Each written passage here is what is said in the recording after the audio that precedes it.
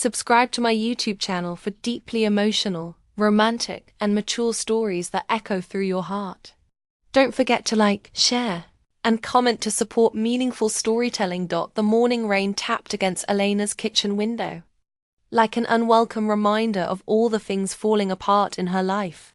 She stood at the counter, cradling a lukewarm cup of coffee, watching the water droplets race down the glass. 3 months had passed since David walked out, taking with him not just his clothes and books, but the laughter that once filled their small apartment. Now, the silence felt heavier than the storm clouds gathering outside. The persistent drip from the bathroom faucet had become her constant companion, a rhythmic torture that matched the hollow ache in her chest. She'd called the landlord twice, left voicemails that went unanswered, and finally resigned herself to living with the sound.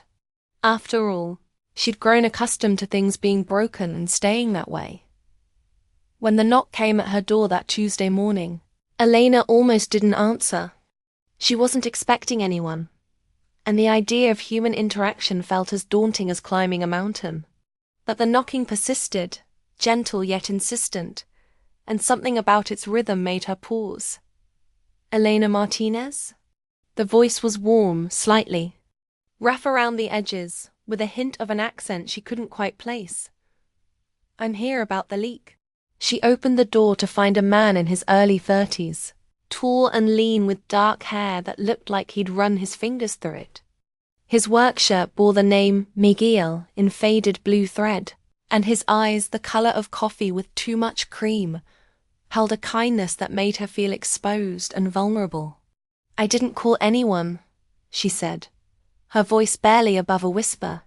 3 months of minimal conversation had made her forget how to speak to strangers. Miguel's smile was patient, understanding.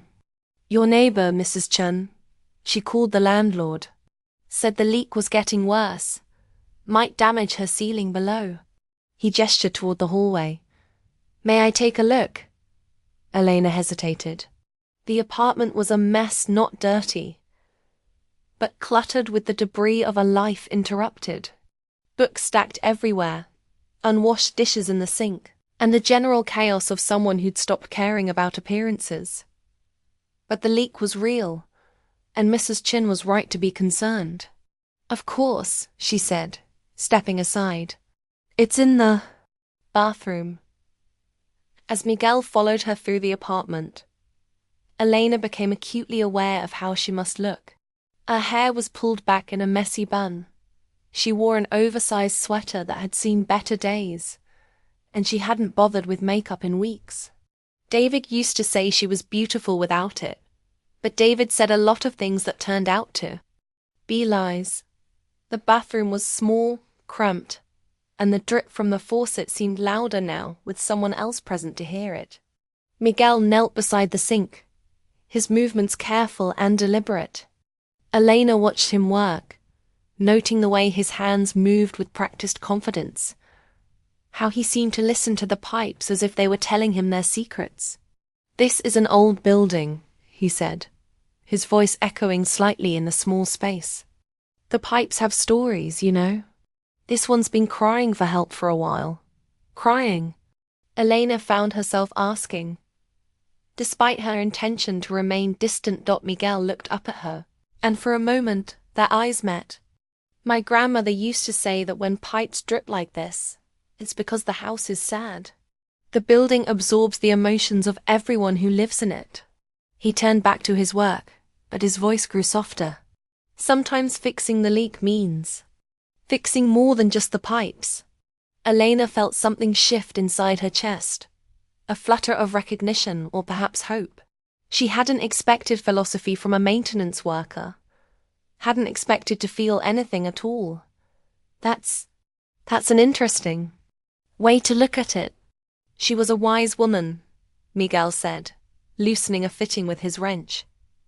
"Raised me after my parents died. Taught me that everything in life is connected, the broken things, the people who fix them, the reasons things break in the first place." Vulnerability in his voice made Elena's throat tighten. She leaned against the doorframe, studying his profile as he worked. There was something about the way he moved, the gentle certainty of his actions, that made her feel safe for the first time in months. "How long have you been doing this?" she asked. "Fixing things?" Miguel paused, considering. "My whole life, I guess. Started helping my grandmother with her house when I was 7. She'd hand me tools and let me think I was helping, even when I probably made things worse." He smiled at the memory. But she said everyone deserves to live in a place that works, where the water runs clean and the heat keeps you warm. Elena watched him work in comfortable silence, the steady rhythm of his movements somehow soothing. She'd forgotten what it felt like to have someone capable and caring in her space, someone who wasn't there to take something away. "The shut-off valve is behind this wall," Miguel said, pointing to a section of tile. "I'll need to cut a small hole to access it properly. Is that okay?" "Do what you need to do," Elena replied, surprising herself with how much she meant it. As Miguel gathered his tools, he glanced around the bathroom, taking in the details Elena had stopped noticing. The plant on the windowsill, brown and drooping. The stack of books on the counter, their pages warped from humidity. The mirror with a crack running down one corner. "You like to read," he observed, nodding toward the books. "I used to," Elena said. "Haven't much lately. What changed?" The question hung in the air between them, heavy with implications. Elena found herself wanting to answer, to tell this stranger about the loneliness that had swallowed her whole, about the way David's leaving had made her question everything she thought she knew about love and trust. But instead she shrugged. "Life, I guess." Miguel nodded as if he understood perfectly. "Sometimes when things break, we break a little too. But that doesn't mean we can't be fixed." He began cutting into the wall with careful precision, and Elena watched the way his shoulders moved, the concentration on his face. There was something deeply attractive about his competence, his gentleness with both the tools and the space around him. "Can I ask you something?" Elena said suddenly. "Of course. Do you always talk to your customers like this, about deep things?" Miguel paused his cutting and looked at her with those warm eyes. "No," he said simply. "But some jobs feel different. Some people—" He trailed off, seeming to search for words. "Some people carry their brokenness in a way that makes you want to help with more than just the pipes." Elena felt heat rise in her cheeks. "You don't know anything about me. I know you've been living with this leak for months," he said gently. "I know you've stopped watering your plant. I know you have at least 50 books in this apartment, but you said you don't read anymore. I know someone hurt you and you're afraid to let anyone close enough to hurt you again." The accuracy of his observations hit her like a physical blow. Elena wrapped her arms around herself, suddenly cold. "That's quite an assumption." "I'm sorry," Miguel said, setting down his tools. "I didn't mean to overstep. It's just ... I recognize the signs. I've been there." "What do you mean?" Miguel sat back on his heels, his expression growing distant. 3 years ago, my wife left me. Said I was too focused on fixing everyone else's problems to notice that our marriage was falling apart. She wasn't wrong." He ran a hand through his hair. "I spent months after that just going through the motions. Work, home, sleep, repeat. Stopped cooking, stopped calling friends, stopped doing all the things that used to make me happy." Elena felt her defenses wavering. "What changed?" "My grandmother got sick," he said. "I had to take care of her, and she didn't let me wallow. She put me to work cooking, cleaning, fixing things around her house. She said healing happens through purpose, through taking care of something outside yourself." "Is she ... She passed last year," Miguel said softly. "But she taught me that broken doesn't mean worthless. Sometimes the most beautiful things are the ones that have been cracked and put back together. Elena found herself thinking about the Japanese art of kintsugi, where broken pottery is mended with gold, making the repaired piece more beautiful than the original. She'd read about it in one of her books, back when she still read books. "I'm sorry for your loss," she said. "Thank you." Miguel resumed his work, but his movements were different now, more thoughtful. "The leak here, it's not just about the faucet. The whole system is old, probably hasn't been properly maintained in years. Like a lot of things, it worked fine, until too much pressure built up." Elena understood he wasn't just talking about plumbing anymore. "How do you fix something like that?" "Carefully," he said. "You start with the immediate problem, but you have to look at the whole system. Sometimes you have to replace parts that seem fine on the surface, but are actually causing stress elsewhere." As he worked, Elena found herself relaxing for the first time in months. There was something hypnotic about watching someone skilled at their craft. Someone who approached problems with patience and wisdom rather than frustration. Miguel didn't rush, didn't force things. He worked with the existing system, finding ways to make it stronger. "There," he said finally, turning the water back on. The faucet ran clear and strong, then shut off completely when he turned the handle. The silence that followed was profound. No more dripping. Elena stared at the faucet, then at Miguel, feeling an unexpected surge of emotion. "Thank you," she whispered. "It's what I do," he said, but his eyes were gentle, understanding as Miguel packed up his tools. Elena found herself not wanting him to leave. The apartment already felt different, lighter somehow, as if the absence of that persistent drip had created space for something new to grow. "Miguel," she said as he reached the front door. "Yes? Your grandmother sounds like she was an amazing woman." He smiled, and it transformed his entire face. "She would have liked you. She always said the people worth knowing are the ones who've been broken and are brave enough to keep going." Elena felt tears prick her eyes. "I don't feel very brave." "Brave isn't feeling fearless," Miguel said. "Brave is feeling scared and doing what needs to be done anyway." "You called for help with the leak, didn't you?" "That's a start." After he left, Elena stood in her bathroom, listening to the silence. For the first time in months, she watered her plant. She picked up one of the books from the counter, brushed off the dust, and opened it to the first page. The words swam in front of her eyes, but she kept reading anyway. That evening, she called Mrs. Chen to thank her for contacting the landlord. As they talked, Elena learned that Mrs. Chen had been worried about her, had noticed the light staying on late at night and the lack of visitors. It was a small kindness, but it mattered. Over the next few days, Elena found herself thinking about Miguel's words. She began small washing her dishes, organizing her books, opening her curtains to let in more light. Each small action felt like a victory, a tiny rebellion against the numbness that had consumed her. A week later, she was surprised to find Miguel at her door again.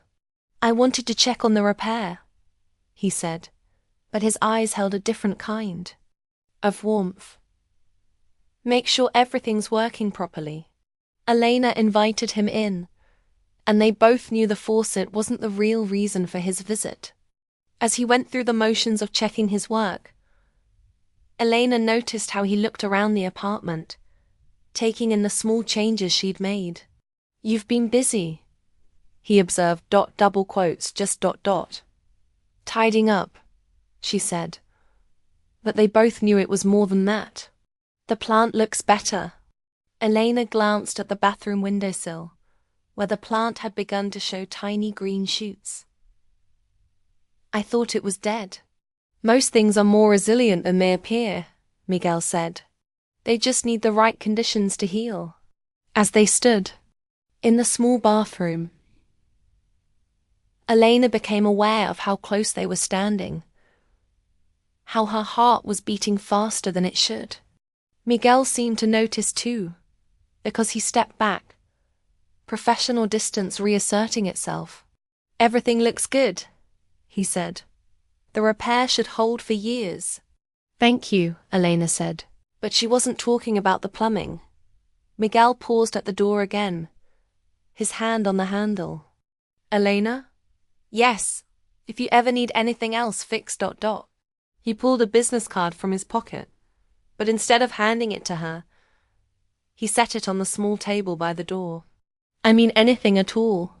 I'm good with my hands, and I have a lot of experience with things that seem broken beyond repair."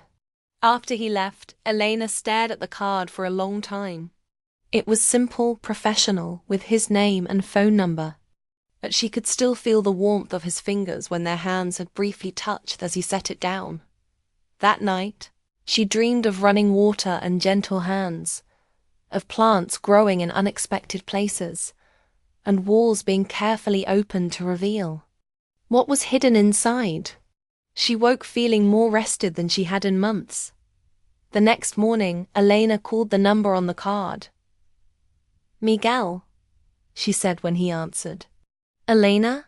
Is everything okay? Is the leak back?" "No," she said, her voice steadier than she felt. "The leak is fine. But I was wondering. I have a few other things that might need attention. Nothing urgent, but I could come by this afternoon," Miguel said, and she could hear the smile in his voice. "I have some time between jobs." When he arrived, Elena had made coffee and had a list of minor repairs: a squeaky door, a loose tile, a light switch that stuck. They were all real problems, but they were also excuses. And they both knew it. As Miguel worked, they talked. Elena learned if he'd grown up in Mexico before moving to the States as a teenager, that he'd studied engineering before deciding he preferred working with his hands. He learned that Elena was a librarian, that she'd moved to the City 5 years ago for David, that she'd been questioning whether she wanted to stay now that he was gone. "Where would you go?" Miguel asked as he adjusted the hinges on her bedroom door. "I don't know," Elena admitted. "I've been here so long. I'm not sure where else I belong." "Home isn't always a place," Miguel said. "Sometimes it's a feeling. Sense of being where you're meant to be." As the afternoon wore on, Elena found herself watching Miguel's hands more than his work. They were skilled hands, gentle but strong, with small scars that told stories of tools and time and the willingness to fix things even when it cost something. When he accidentally brushed against her while reaching for a tool, she felt electricity shoot through her entire body. "I should go," Miguel said as the sun began to set. "I don't want to overstay my welcome." "You're not," Ina said quickly, then blushed at her own eagerness. "I mean, it's nice having someone to talk to." Miguel's eyes grew soft. "It's nice talking to you too. You're not like other people." "What do you mean?" "You listen," he said simply. "Really listen. Not just to words, but to what's underneath them." Elena felt something flutter in her chest, a warmth she'd forgotten existed. "Miguel?" "Yes?" "Would you like to stay for dinner? I was going to cook anyway, and it seemed silly to make food for just one person." Miguel's smile was gentle and real. "I'd like that very much." As Elena really cooked, for the first time in months, she was aware of Miguel's presence in her kitchen like a warm light. He didn't hover or try to help. He simply existed in the space with her, making conversation that felt natural and easy. Over dinner, they talked about books and travel, about the places they'd been and the places they wanted to go. Elena found herself actually laughing at Miguel's stories about his grandmother's attempts to teach him to dance. "She said I moved like a refrigerator," he said, grinning. all stiff and mechanical. I find that hard to believe, Elena said, then blushed again at the implication. You haven't seen me dance, Miguel said, but his eyes were twinkling as the evening wound down. Elena found herself reluctant to let it end. She'd forgotten how good it felt to connect with someone, to feel seen and understood. Miguel seemed to sense her hesitation. I should probably go, he said, but he didn't move to leave. Probably, Elena agreed, but she didn't want him to.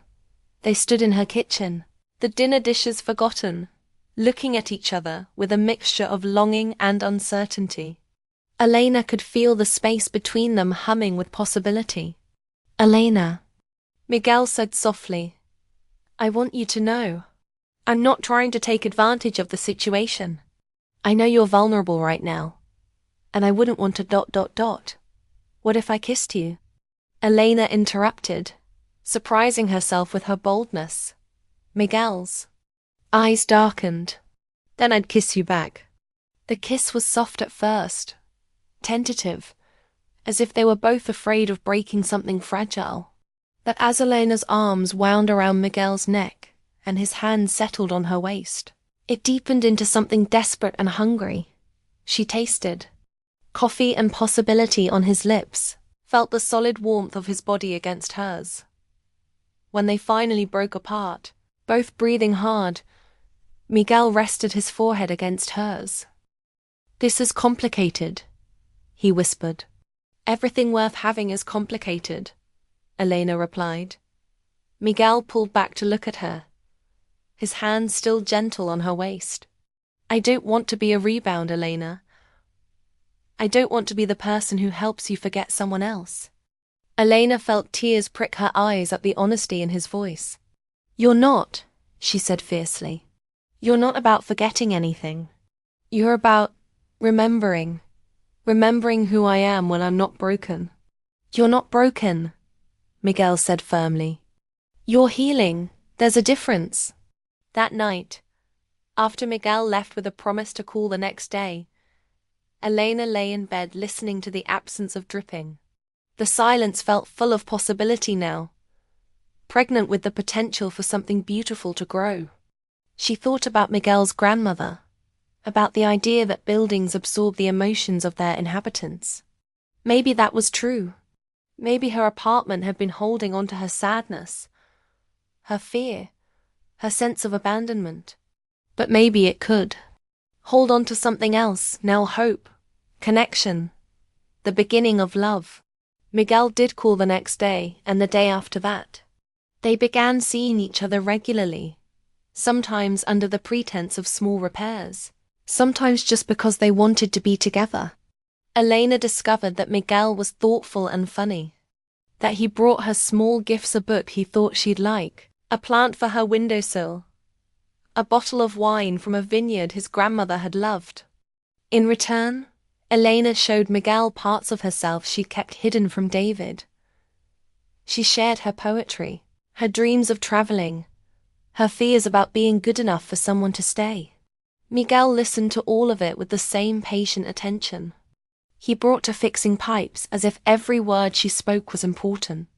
Their relationship developed like one of Miguel's repairs, carefully, thoughtfully, with attention to the whole system rather than just the surface problem. They talked about their past relationships, about the patterns they wanted to break, about the kind of love they wanted to build together. I want to be the person you come home to, Miguel told her one evening as they sat on her couch, Elena's head on his shoulder. Not because you need me to fix things, but because you want to share your life with me. I want that too, Elena said, and meant it. 3 months after the leak was fixed, Elena made a decision that surprised everyone, including herself. She decided to stay in the city, not because of David or the life they'd built together, but because she'd found something worth staying for. Miguel was there the day she officially broke her lease with David's name on it, and signed a new one in just her name. He helped her rearrange the furniture, hang new pictures, make the space truly hers. As they worked together, Elena marveled at how different the apartment felt, lighter, more alive, full of laughter and possibility. "You know what I realized?" she said as they stood in the bathroom, admiring the new shower curtain they'd hung together. "What?" "You never did just fix a leak," Elena said, smiling at him. "You fixed everything." Miguel's laugh was warm and rich. "I told you everything's connected. Fix one thing properly, and sometimes you end up fixing a lot more." As they stood in the bathroom where it all began, Elena thought about the woman she'd been 3 months ago. Broken, afraid, convinced that love meant loss.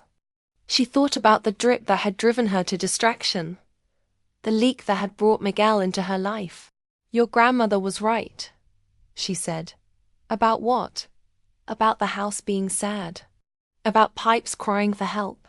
Elena moved closer to Miguel, fitting herself against his side. But she was also right about something else. Sometimes fixing the leak does mean fixing more than just the pipes. Miguel turned to face her, his hands cupping her face with infinite gentleness. Sometimes it means fixing 2 hearts that thought they were beyond repair. When he kissed her this time, Elena tasted not just possibility but certainty. She tasted the future they would build together. Carefully and with love, like the most important repair either of them had ever made. Outside, it began to rain again, but Elena didn't mind. She'd learned that storms pass, that broken things can be mended, that sometimes the most beautiful love stories begin with the simplest request for help. The leak was fixed, but what Miguel had given her was so much more. He'd given her back herself, and in return, she'd given him a home that was more than just a place to live. Together, they'd created something neither of them could have built alone.